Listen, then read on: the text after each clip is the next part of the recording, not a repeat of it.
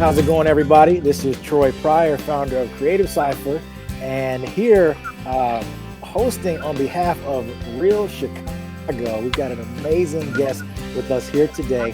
Anthony Sparks is a television showrunner and writer-producer originally from the South Side of Chicago, a former cast member of Broadway hit show Stomp. He holds 3 degrees from USC, where he studied theater, film, anthropology, and American history. As a television writer, producer, and book author, he's been nominated for several NAACP Image Awards and has also received 2 writing awards from the Norman Lear Center. And recently, Sparks received the 2020 Television Academy Honors Award as a showrunner. Anthony Sparks, thanks for joining us. Hey, thank you for having me, Troy. I'm so happy to be here to talk with you and everybody out there. It's a pleasure to be here. Thank you. Oh, it's so awesome to talk with somebody doing so many amazing things, and they are hometown hero from the South Side Chicago. Outside, right off Ashland, yeah. Okay, so yeah. I grew up on 83rd and Green. All right, I grew up right around Morgan Park High School. Yeah. Okay, so you were Morgan Park. Yep. I went to Chas on 111th, right down the street from Morgan Park. Right there. We probably walked past each other, didn't even know it. Oh man, that's great. That's great. Right there. So, right. And so you went to USC.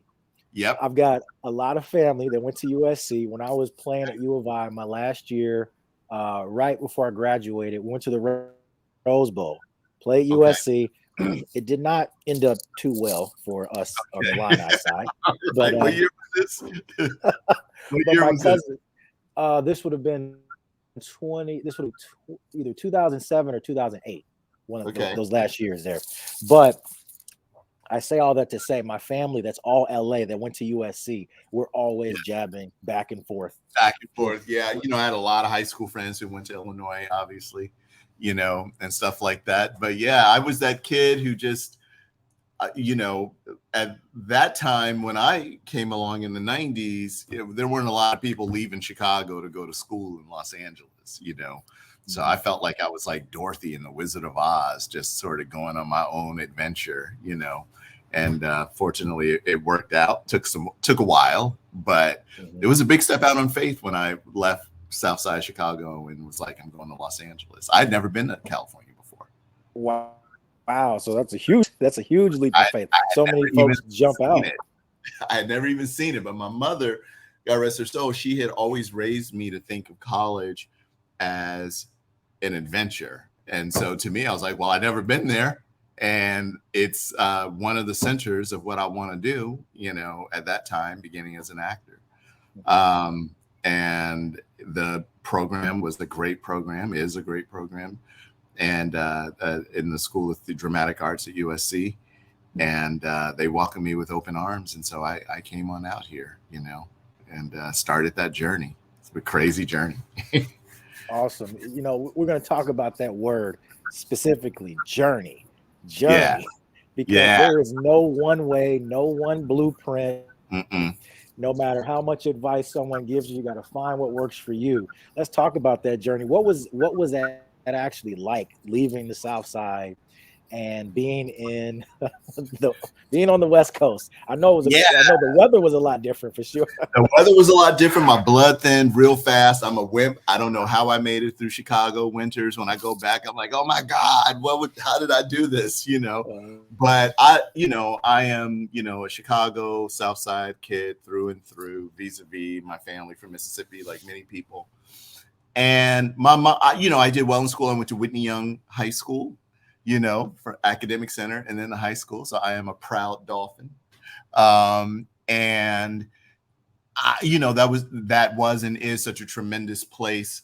And it really sort of planted the seeds for just sort of going for whatever that thing is that you want to do. And so I knew fairly early that I was probably, as much as I love Chicago, I knew that I was leaving Chicago to go on a journey. And, my dream really is to be able to shoot a show in Chicago. So my dream is to kind of get back there, at least work-wise, and bring opportunity and jobs to people. Because when I left Chicago was to be an actor, I did not know such a thing that as a TV writer, producer, showrunner, I did not know that existed at that time. And now, the term showrunner is sort of in the popular lexicon. People have heard of it. They think they know what it is. They usually don't, but they at least they've heard of it. And that wasn't a term that was in the zeitgeist back in the 90s and early 2000s. I had to come to LA to learn that there was even such a thing as the person who actually writes and produces and whose vision you're actually watching when you watch a TV show. We're so used to just, we stop at the actor who's starring in it. Now, there's a whole apparatus behind that is very, very important to what you get to see and what we get to see when we turn on our television screens. And I'm very, very blessed and privileged and happy to be a part of that. But I also had to fight to be a part of that. Honestly, what many people would say is that when it comes to television, it's a writer's medium, and that's where the quote unquote power sort of is, long term anyway, I would say.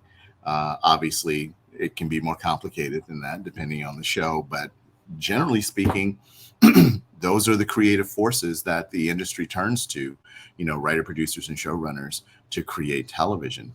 And that means that those are the people who determine what you and I get to look like on screen. Okay. And for a long time, and still, frankly, sometimes too often, the people who determine what our images and what our stories are don't look like you and me. And when I figured that out years ago, I was like, oh, I need to be a part of the conversation sooner than an actor at an audition. And that was when I started trying to write and teach myself actually how to write TV, try and get to be a part of that industry.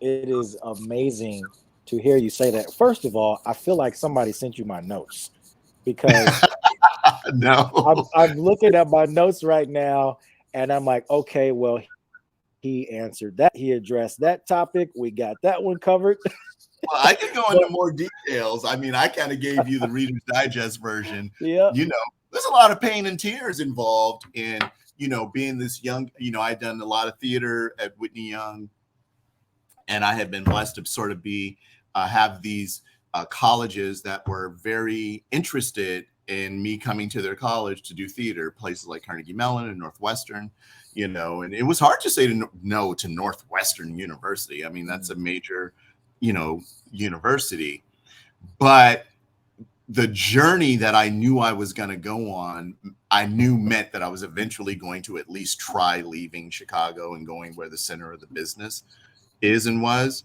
And so I didn't go to Northwestern. I turned down almost a full scholarship to Northwestern. Wow. To go to USC. And USC made it possible for me to go there, definitely. But it also had to do with, I don't know this place.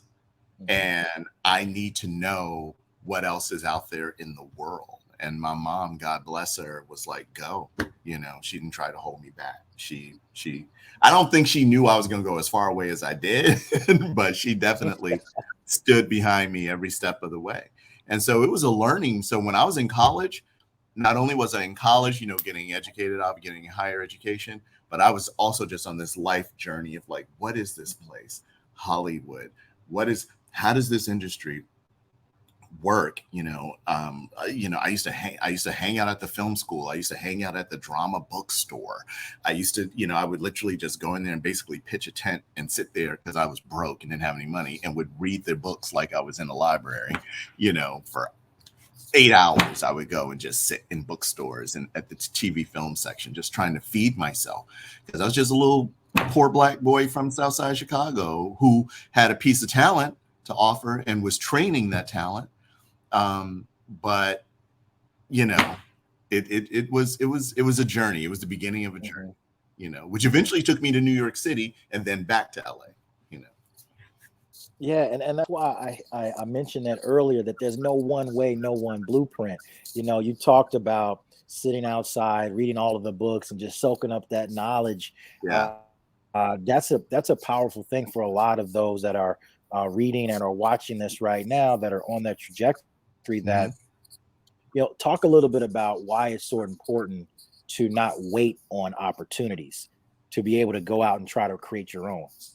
It's, these days, I don't know if it's cliche to say so, but these days, you really do have a lot of ability to create your own autonomy, to at least practice your craft, get your work out there to some degree, um, and show people what it is that you're about creatively. Um, because of this, and because of the platform that we're on right now. When I was coming along, I was in New York.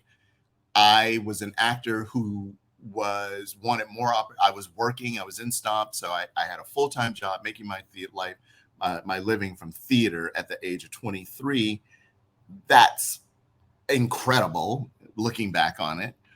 But I also knew I couldn't stay in one job forever. And so I was writing to try and create opportunities. So I was doing plays, one-man shows, putting them up around town when I had a day off from Stomp and stuff like that.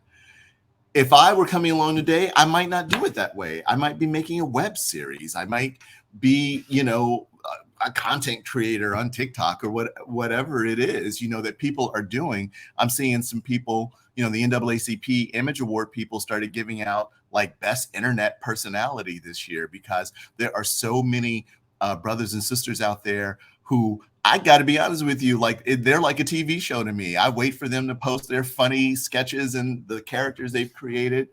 And that's how they're getting their work out there. And I'm watching some of those people slowly but surely make their way into more traditional media, getting jobs in TV writer rooms, getting jobs on award show writing rooms, those jobs that, come with, health insurance and union, dues and stuff like that.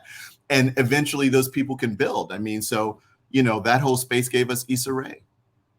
That whole space gave us Quinta Brunson. People are forgetting that Quinta started off making, short, characters and stuff on the internet. He got money, the girl who's I never been on, remember that. Yeah. Oh man, you got a large. Yeah. Large. I was nominated for a Humanitas Award for 2022 for my work in writing and showrunning the 5th or 6th season of Queen Sugar. And I was there as part of the Warner Brothers contingency because Warner Brothers is the studio behind that show, which is the same studio that's behind Quinta's show, Abbott Elementary. So I'm sitting at the table with Quinta, and we both, get there in some way, even though I'm older than her, but in some way we both have gotten to that table by self-advocating through creating our own work or writing our own work. Hers is a little bit more directly and more recently because I'm probably 10 15 years older than her. But for me, it was one-man shows in theater, which began to open the doors for me writing TV. For her, it was creating content for the internet and then being able to move that skill set into a skill set that was legible for TV and film, but we both were self-advocates first. Right. And I'm glad that you brought that up. You talked about Issa Rae. I remember Adventures of Awkward Black Girl that then turned into this empire that she's building. And of course, you're working on an amazing show right now that really, that stemmed from Morgan Cooper's wow, concept video. Thank you, brother, for drawing that connection out. Morgan Cooper, filmmaker from Kansas City. What? Right? Okay. Has a vision, puts it together, films it. Has been making a career from the Midwest as a filmmaker. And I mean, a lot of things had to happen right for, Bel Air to get on the air and be the success that it is. But they could have never happened if he hadn't taken a chance on his own vision, and creating his own work. So, hats off to Morgan Cooper. We all get to go to work on a show called Bel Air because, he had an idea and was able to then execute that with a certain degree of excellence. And then some other things fell in place. But even if Bel Air hadn't happened, he was clearly a brother who was, going somewhere. You know what I mean? Because he was creating his own work. He wasn't just waiting for the phone to ring. That's a very, very old stereotype that I think doesn't really apply anymore, and hasn't for a while, actually. And I can tell you my personal experience. There's so many touch points in the things that you've said. I co-chaired new media for SAG-AFTRA Chicago, right when the internet was democratized and how content was produced, distributed, monetized. It's all media now. Of course, when it started, it was new media.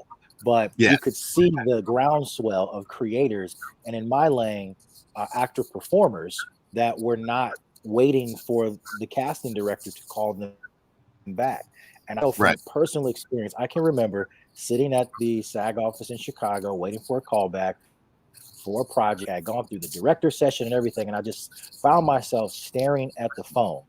And a light bulb went off, and I said, "This cannot be it. It can't be the whole thing. It can't be it.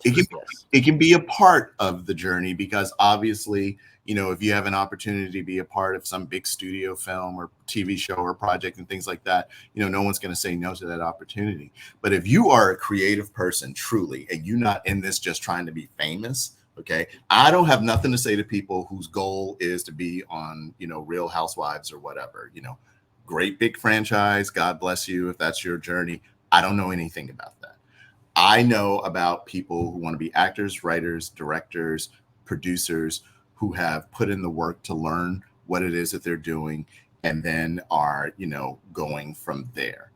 And if you're truly a creative person, you have a lot more creativity in you than what the system will allow at the beginning. They're not going to call, they don't know you. They're not going to call you. And so what do? You do what the gift that's been given to you. You somehow find a way to create and get your work out there. And by the way, doing that makes you better, generally speaking, right? So that when the big call comes, if you want to call it that, you're ready for that opportunity.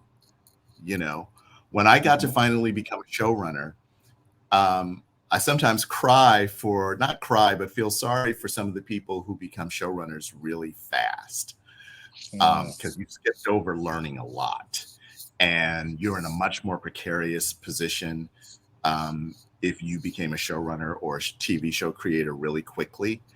You're in a very vulnerable position, and things can end up working out for you. But if they don't, and you got there quickly, chances are we're never going to hear from you again. Not at that level. Wow. Unless you are humble enough to go back to doing what got you there in the first place, which was creating. But a lot of times people get high off their own supply. And if they get an early success, they then think, well, I got it. I had something that they wanted. But then when that early success is over, if they are not willing to go back to the drawing board,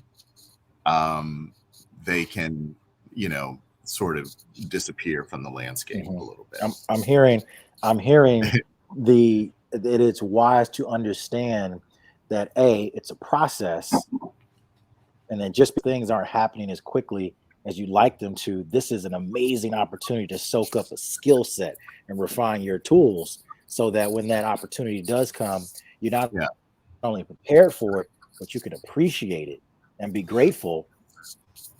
When I got tapped finally to become a showrunner about 5-6 years ago, I was ready. I say that without any sort of arrogance.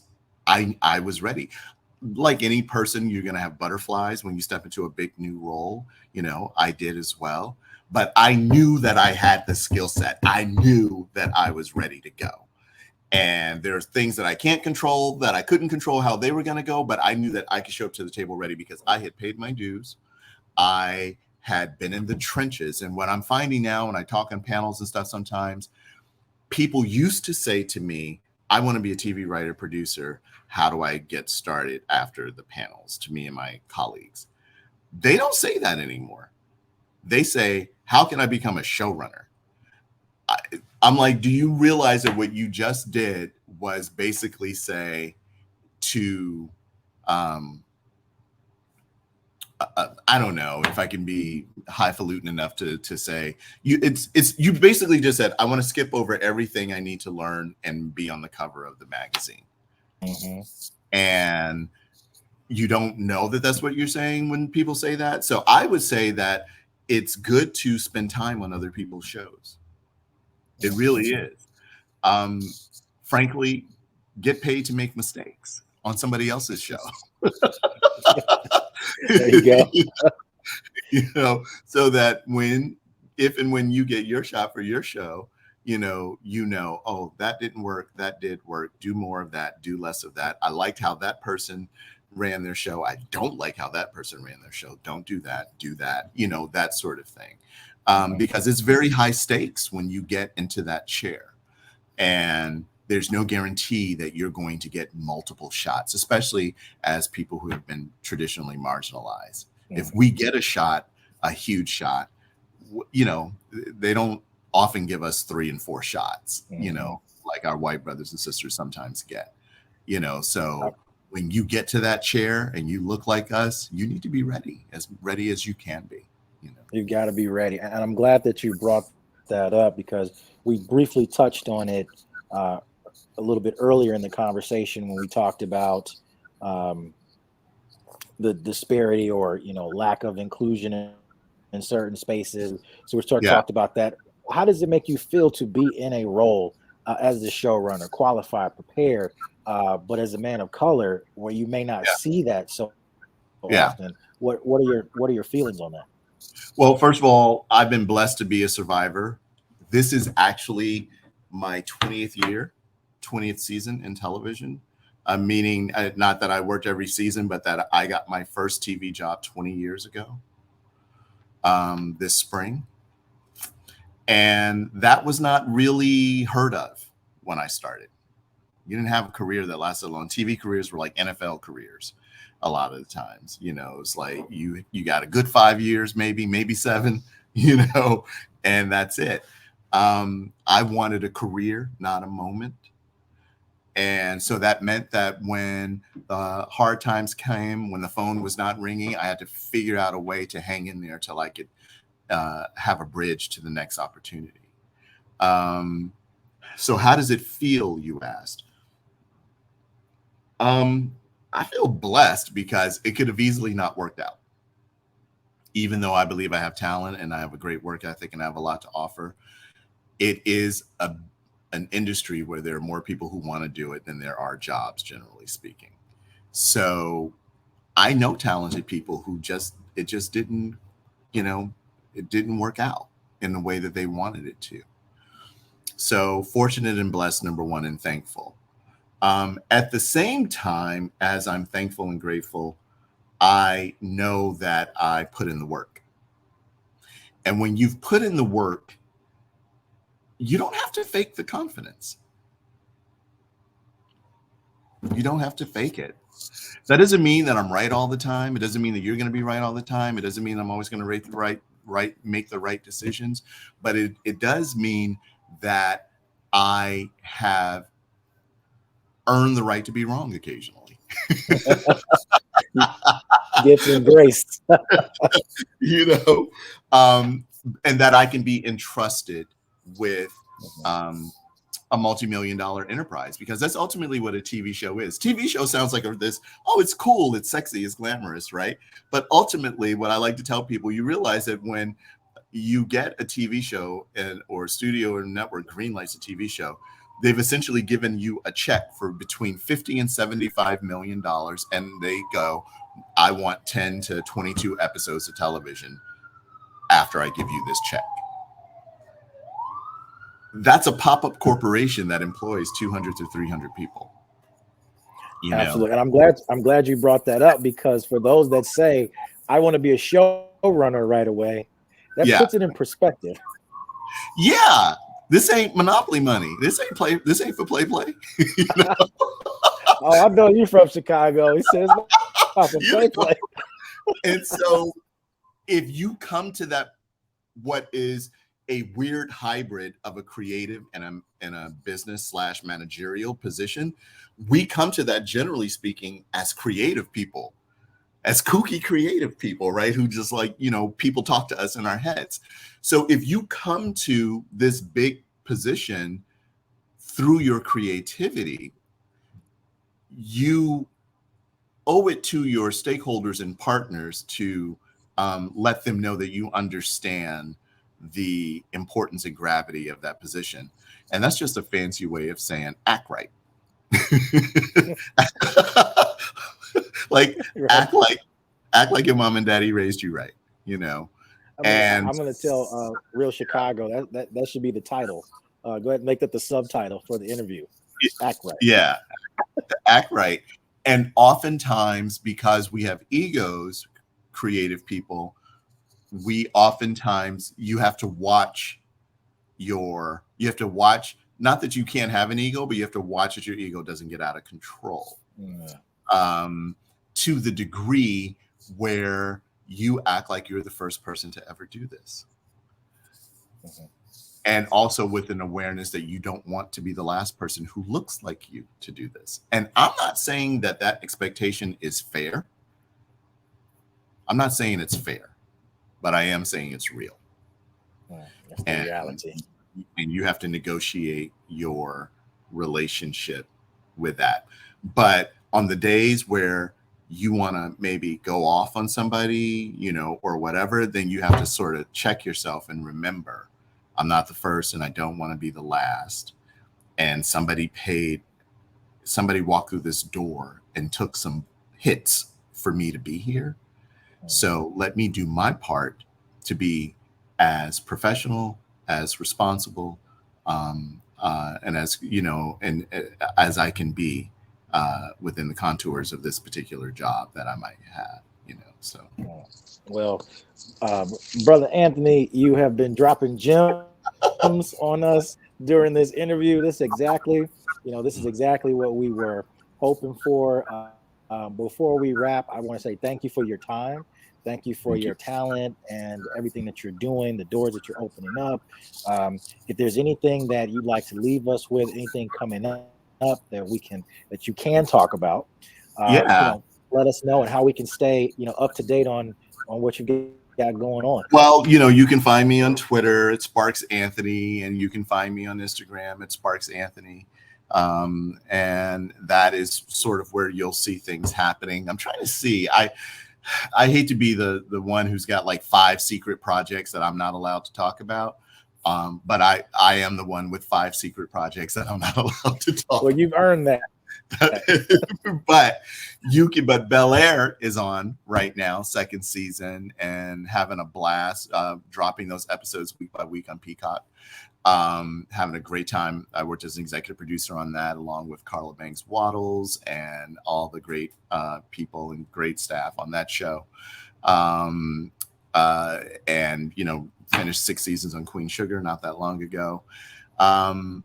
I promise I'll come back and talk to you if you'll have me when we're ready to announce some of the other things that I'm up to. But it's really delicious stuff that I'm very proud and happy to be working on. So stay tuned, I guess is what I can say. All right. Well, we will stay tuned. And thank you so much for joining us. And for all those out there listening, act right. Thank you, Troy.